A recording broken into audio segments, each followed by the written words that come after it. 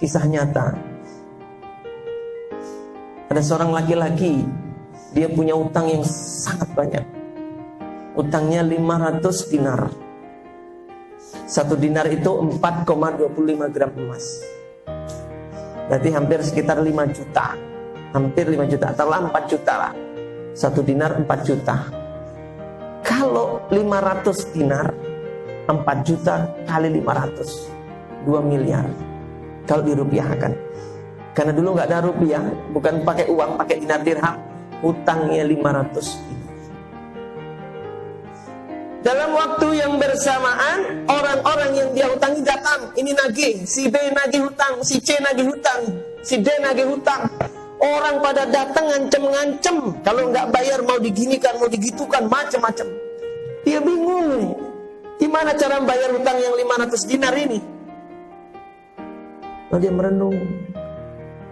Lalu dia ingat di kampungnya atau di kotanya itu ada orang kaya tapi dermawan. Dia datang ke sana, dia pinjam uang, pinjam 500 dinar untuk bayar utang-utangnya. Jadi gali lubang, tutup lubang. Tapi lebih baik ini ke satu pintu. Kalau tadinya kan banyak lubang toh, urusannya ke banyak orang. Kalau ini kan hanya ke satu orang. Kata dermawan begini, kata orang itu, baik, saya pinjami 500 dinar. Tapi kira-kira kapan kamu kembalikan? Sebut namanya Abdullah. Saya kembalikan kira-kira tanggal sekian, bulan sekian. Oke, gak masalah. Tanda tangan akad. Ya, salaman, akad, pinjam-meminjam. Sudah, pergi dia bawa uang 500 dinar, dibayarkan ke orang-orang yang dia utangi. Semua habis 500 dinar. Tidak bersisa 1 peser pun, 1 dinar pun gak ada sisa. Sehingga dia gak bisa muter untuk modal, untuk bisnis, untuk mengembalikan uang. Karena dia hanya pinjam sesuai dengan kadar hutangnya. Hutangnya 500, dia pinjam 500. Sudah selesai, dia bayarkan semuanya utang-utangnya. Tapi kemudian ada persoalan. Setelah sekian lama, sekian waktu, jatuh tempo, dia belum punya uang untuk bayar. Dia bingung. Datang orang dermawan itu ke rumahnya, bilang, Pak, Bapak kan punya utang sama saya. Bapak lupa ya, hari ini Bapak jatuh tempo harus bayar utang ke saya. Hari ini harus bayar utang. Pak, maafkan saya belum ada uang hari ini, sepeser pun saya tidak ada uang. Loh, saya nggak mau tahu. Kamu punya utang ya, kamu harus bayar utangmu. Kan kamu sudah janji sendiri, tanggal hari ini kamu mau bayar. Demi Allah, Pak, saya nggak punya uang. Saya tidak punya uang. Loh, saya nggak tahu urusan kamu. Itu kan urusan kamu, nggak punya uang. Kamu janjinya bayar, pokoknya hari ini harus bayar. Nah, mau bagaimana? Saya nggak punya uang. Ya sudah, kita selesaikan ke qadhi, ke hakim.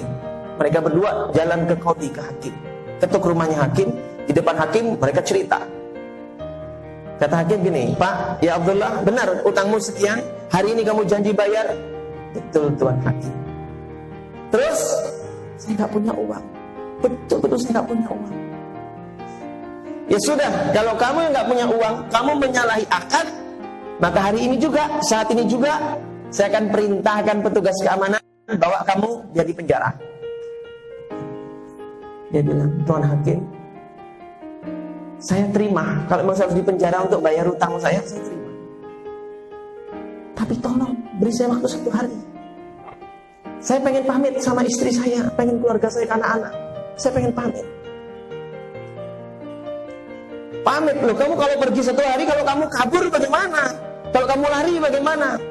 Tuan Hakim, kalau saya mau kabur, dari dulu saya sudah kabur. Saya itu nggak bayar bukan karena saya berkhianat. Saya bukan pengkhianat. Tapi memang benar-benar saya nggak ada uang. Terus kalau kamu pergi minta waktu 1 hari, apa jaminanmu?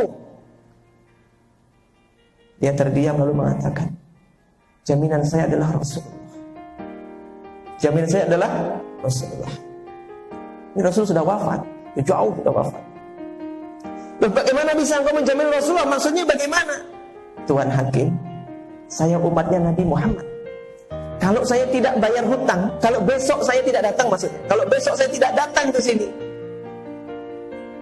maka saya siap ditolak jadi umatnya Nabi Muhammad. Saya siap tidak diakui sebagai umatnya Nabi Muhammad. Dan saya siap di akhirat nanti Rasul menolak saya siap. Ini sumpah yang tidak main-main. Sumpah yang tidak main-main, karena pertaruhannya adalah akhirat. Rasulullah kata hakim, baik, saya beri waktu kamu 1 hari untuk pamitan kepada keluargamu, besok datang lagi kemari. Maka dia sampai ke rumah, cerita kepada istrinya apa yang dia ceritakan, apa yang terjadi kepada dirinya. Apa kata istrinya? Mas, mumpung Rasulullah jadi jaminan kita, mumpung Rasulullah masih menjamin kita, ayo kita banyakin sholawat. Ayo kita banyakin sholawat. Maka mereka berdua ini gelar sejadah, ambil tasbih, mereka bersolawat terus gak berhenti sampai malam terus, sampai keduanya tertidur di atas sejadahnya dengan tasbih ada di tangan mereka. Subhanallah, yang laki-laki ini bermimpi. Dalam mimpinya didatangi oleh Rasulullah Sallallahu Alaihi Wasallam. Apa kata Rasulullah? Ya Abdullah, izhab ila wali, pergilah engkau kepada gubernur. Izhab ila wali, pergi kepada gubernur sana. Kamu gak usah sedih lagi, kamu gak usah susah, kamu gak usah khawatir. Aku mau senangkan kamu, selesaikan urusanmu. Pergi engkau kepada wali, kepada gubernur. Pertama pesanku, sampaikan salamku untuk gubernur. Ya Allah, gubernurnya itu beruntung dapat salam dari Nabi Muhammad SAW. Kedua, sampaikan kepada gubernur bahwa solawat-solawatnya 1000 kali dia baca solawat setiap mau tidur, semua solawatnya itu sampai kepadaku, kata Rasul. Ya Allah,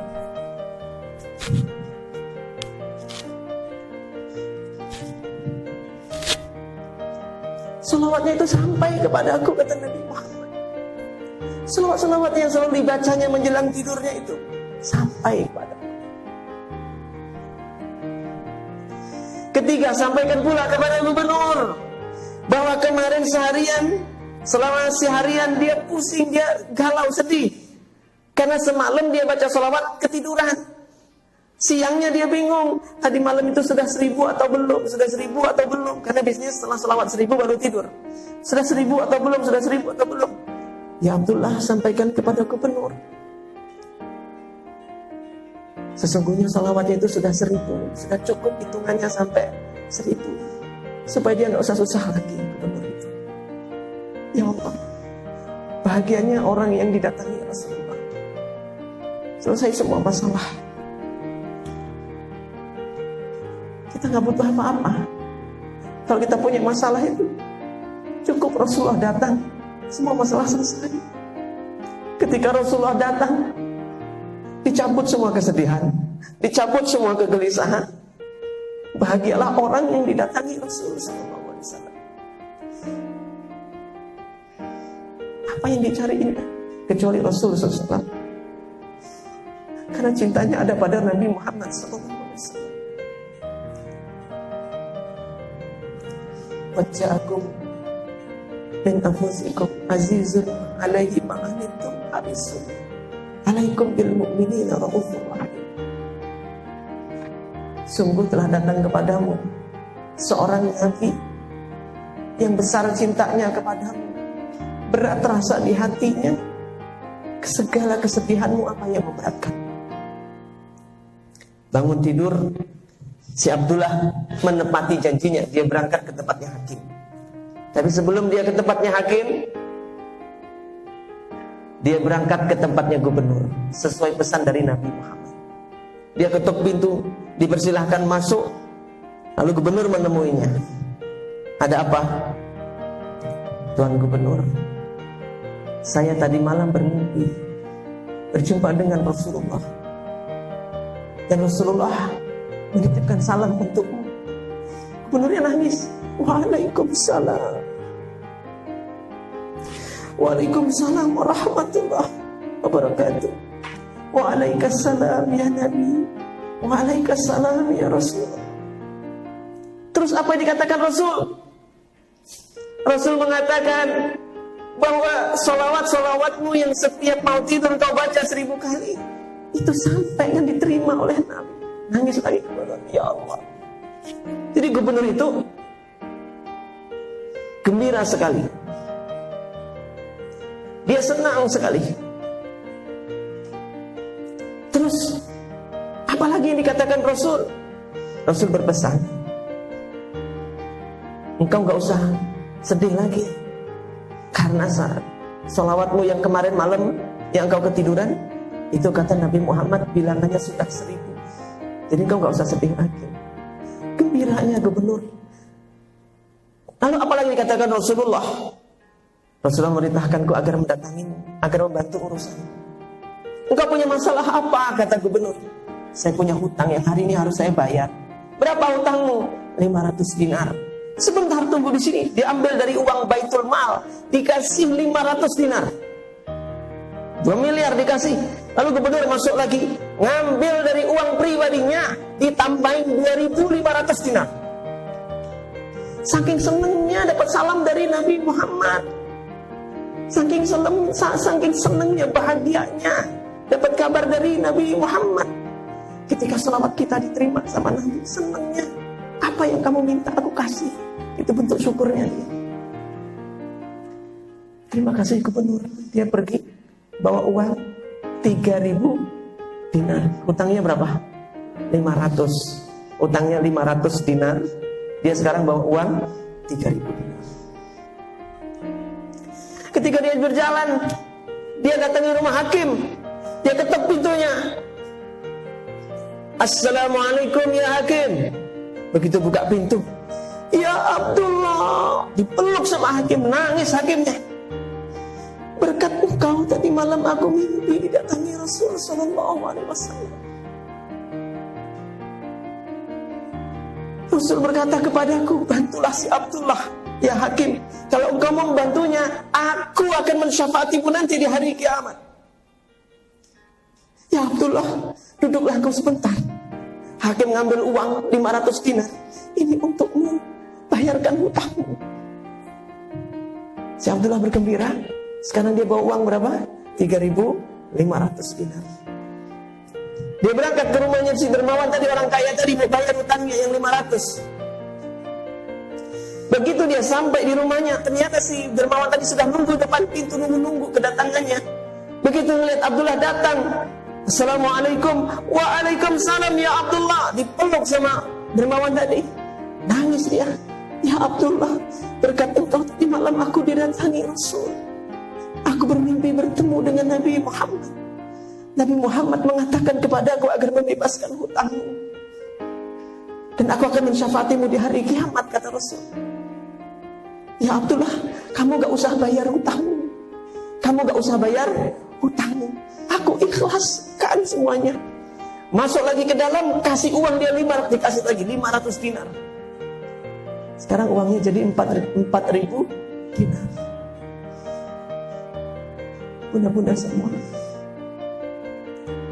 ketika Rasul sudah datang kepada kita, selesai semua masalah kita. Selesai semua masalah kita. Maka bersyukurlah orang yang ada cinta di hatinya kepada Nabi Muhammad.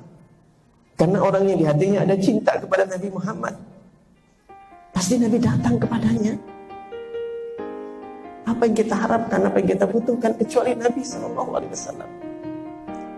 Nabi itu pelipur mara. Nabi itu penghilang segala kesedihan. Nabi itu obat dari kesedihan lahir maupun batin. Maka beruntung orang yang di hatinya ditumbuhkan cinta dan kerinduan kepada Nabi Muhammad sallallahu alaihi wasallam.